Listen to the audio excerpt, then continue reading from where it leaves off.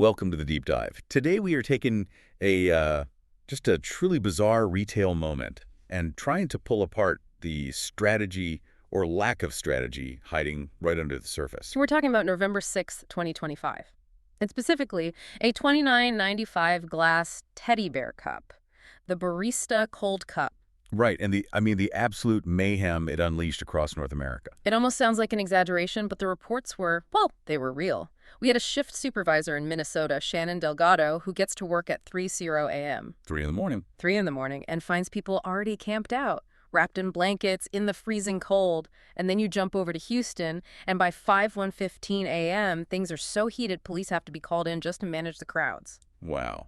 All for this limited edition cup. And the key thing here, the thing that changes the whole story, is what happened next. Instantly. The cups in stores only got, maybe 1 to 4 each? They sold out. Just gone. And within hours, they were already on the aftermarket. And that's where it gets kind of insane. The prices on eBay and other sites didn't just double. Oh, no. We saw them hitting hundreds of dollars almost immediately. The average is probably floating around $500, but the outliers, the listings that really show you the level of frenzy, they were reaching $50,000. $50,000 for a coffee mug. That's not normal consumer behavior. That's the kind of devotion you see for, high-end sneakers or a luxury watch. Exactly. And that's why we're digging into this using the analysis from Mark Abergel. He's a luxury executive over in Paris. And his take is that this whole incident was basically the most expensive retail psychology experiment of 2025. An experiment that proves scarcity works, even for a massive brand like Starbucks.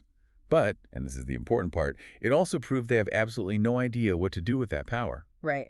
Abergel's argument is that they just lack the architecture to manage it. He says mass brands need to learn how to, and I love this phrase, author scarcity. Instead of just apologizing for it when things get crazy. Exactly. So let's start where Abergel starts, which is, what actually went right.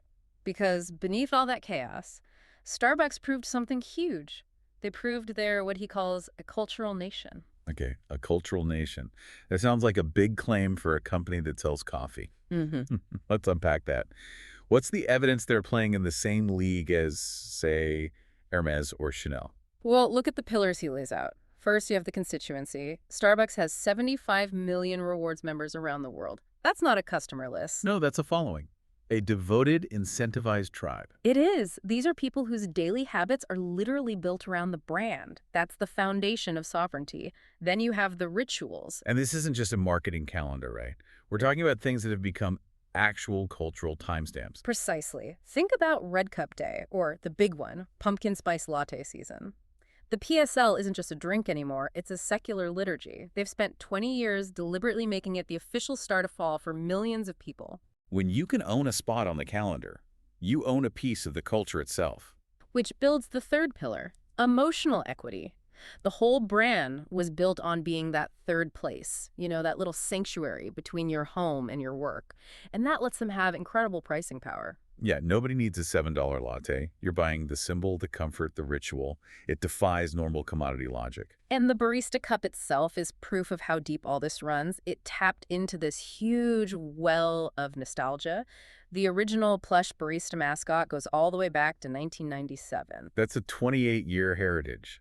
So this wasn't some random new thing. It was like they unearthed the cultural artifact. Right. So the people camping out at 3 in the morning, that's not just buying something. That's, as Abergel calls it, voluntary devotion. It's driven by a real deep emotional connection. So to sum up this first part, Starbucks has all the raw materials. They have the people, the history, the premium feel. They have everything they need to operate like a true luxury house. The desire is real. It's very real.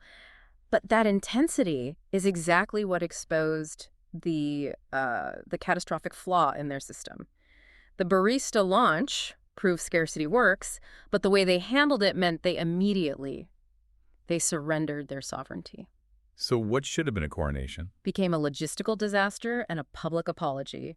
All that incredible value they created just leaked away. Okay, let's break down those failures. Because this is really where other brands can learn. Failure number 1, and it seems like the biggest one, no choreographed access. It was just a free-for-all. First come, first served. Think about that for a second. In the U.S. alone, they have 34 million rewards members. People who might have spent thousands of dollars there over 10 years. And their access was the same as some random person who just showed up for the first time. Exactly. They completely failed to reward their most loyal base. It's the absolute opposite of how luxury works. Right. Hermes doesn't have a line outside. Yeah. Access is a privilege. It's curated based on your relationship with the brand, not how early you're willing to wake up. And when you fail to choreograph access, you get failure number 2. A resale gold rush they didn't own. Okay, let's do the math on this because it's brutal. It really is. So if Starbucks made, say, 50,000 cups and sold them for about $30 each, they brought in around $1.5 million in revenue. Okay, $1.5 million for the brand that created all the hype. What did the resellers make? Conservatively, at least $5 million.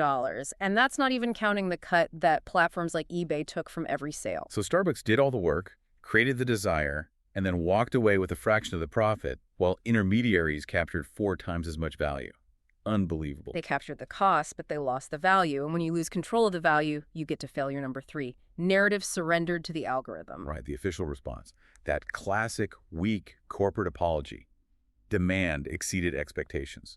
That phrase is so damaging. It just screams incompetence, right? It says, this was an accident, not this is exclusive. So instead of this cool cultural moment, the story was immediately taken over by viral TikToks of people shouting, memes about the lines, and these conspiracy theories that employees were hoarding all the cups for themselves. They turned a marketing win into a PR crisis.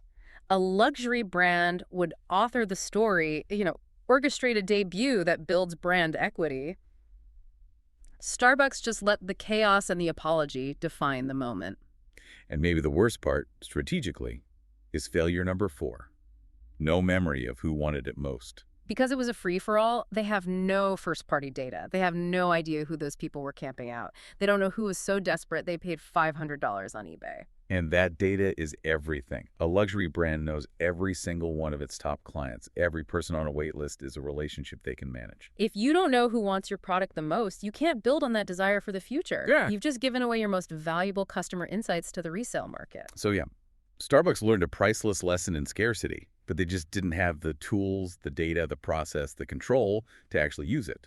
Which brings us to Abigail's playbook. This is the prescriptive part. He argues you can have both scale and desire, you just need a deliberate structure. It's called the desirability playbook. Okay, let's get into it. 5 principles for how a mass brand can start acting like the sovereign nation it is. What's principle 1? It's the foundation. Make scarcity explicit, not accidental. You have to shift from that vague, limited quantity stuff to what he calls transparent authored scarcity. Why is being transparent so important? Wouldn't keeping it a secret make it seem even more rare? Not for a mass brand, because secrecy just breeds suspicion. Abigail says you should publish the numbers, announce we made 50,000 Bearista cups globally. Show how many are going to each region. Maybe even give people a real-time spot on a wait list in the app. That immediately builds trust. It tells the customer, hey, this is legitimately rare, and your desire for it is justified. Exactly. Which leads to principle 2. Reward loyalty, not luck. This is where those 75 million members become a real strategic asset. And Abigail proposes that 4-phase coronation system. I find this part fascinating because it turns a simple membership into a real privilege. It's what he calls choreographed vesting. You sequence the access, so days 1 and 2 are for the inner court. Your top-tier customers, gold members for 10+ years. Right, and they get it shipped directly to their house. No lines. Then days 3 and 4 are for the court gold members for 5+ years who can pick it up discreetly in store. After that, all other rewards members, and only then, on day 7, does the general public get a shot if anything's even left. So the chaos we saw at 3.0 a.m., it never happens. You make your best customers feel seen and rewarded. But let me just push back on that for a second. Doesn't that feel a little elitist for a brand like Starbucks? Yeah. I mean, applying this rigid luxury hierarchy could tick off the everyday customer who just thinks the cup is cute. And that's the tightrope you walk. But Abigail's point is you have to decide what you're selling. Is it a commodity or is it a symbol? When you sell a symbol, you have to protect its value. And the average person isn't alienated by this. They're motivated. They now see a clear path to getting that inner court status next time, which actually drives more engagement in the long run. Okay, that makes sense. Let's talk about principle 3, which gets at the money problem. Own the aftermarket or lose your throne. We saw $5 million in value just vanish. So you have to build a Starbucks collectibles marketplace, your own official resale site. First, that gives you immediate authenticity control, no fakes. Second, Starbucks gets to recapture some of that value, maybe taking a 15 or 20% commission. And here's the really controversial part of that idea, price caps. He suggests capping the resale price at, say, $90. Is that even possible to enforce? And, is it fair if someone waited in line, don't they deserve to profit from that? It's a huge question, both logistically and ethically. But from a brand strategy perspective, Abigail's view is clear. When your $30 cup is listed for 50 grand, it just makes your brand look absurd. The price cap isn't really about money, it's about protecting the brand's image. It stops the madness and signals that you care more about access than about extreme profiteering on your own stuff. You're controlling the item's cultural afterlife, as he puts it. Precisely. Which brings us to principle 4. Storytelling must be authored, not outsourced. You have to turn the drop into an orchestrated cultural moment, a mise en scène. No more simple Instagram posts. You make it an event. He talks about the summons, like a 10-minute short film in the app about the design and the craftsmanship. Yeah, you build anticipation for days. And that seems like overkill for a $30 cup. It does, yeah. A little much. But it's an investment in the symbolic capital. If you treat the object like it's a piece of art, your customers will too. Then the launch day is the coronation, an exclusive event at your reserve roasteries. And finally, you have the canonization, where you literally archive one of the cups, maybe donate it to MoMA or something. When you treat a mass-produced cup with that level of reverence, you instantly elevate its perceived value for everyone. It stops being a novelty and starts feeling like, I don't know, cultural heritage. And the final piece, principle 5, is about the people on the front lines. Turn baristas into curators of desire. Yeah, people like Shannon Delgado in Minnesota. They were just thrown to the wolves. They were accused of hoarding stock when they should have been treated like diplomats. It's the ultimate failure. They sent their people into a riot with nothing but an apron. They need a proper collectible launch protocol. They need scripts to explain the scarcity. They need QR codes for a digital waitlist instead of a physical mob. And they need to be recognized. I love the idea of giving them an exclusive numbered barista pin that only staff can get. It brings them inside the collectible culture, instead of leaving them outside to face the anger. Ultimately, this whole mess revealed both the incredible value and the incredible vulnerability of the Starbucks brand.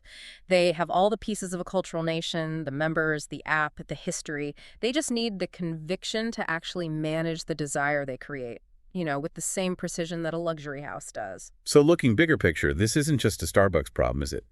This choice between chaos and control is something every mass brand is facing now. Absolutely. Nike deals with it constantly with their SNKRS app, and so much value still leaks to StockX. We see it with Trader Joe's and their tote bags, Target and the Stanley Cup craze. They all keep discovering that scarcity works, but they're all missing that sovereign infrastructure to actually manage it. The bottom line is, authored scarcity reinforces your brand, but accidental chaos just erodes it.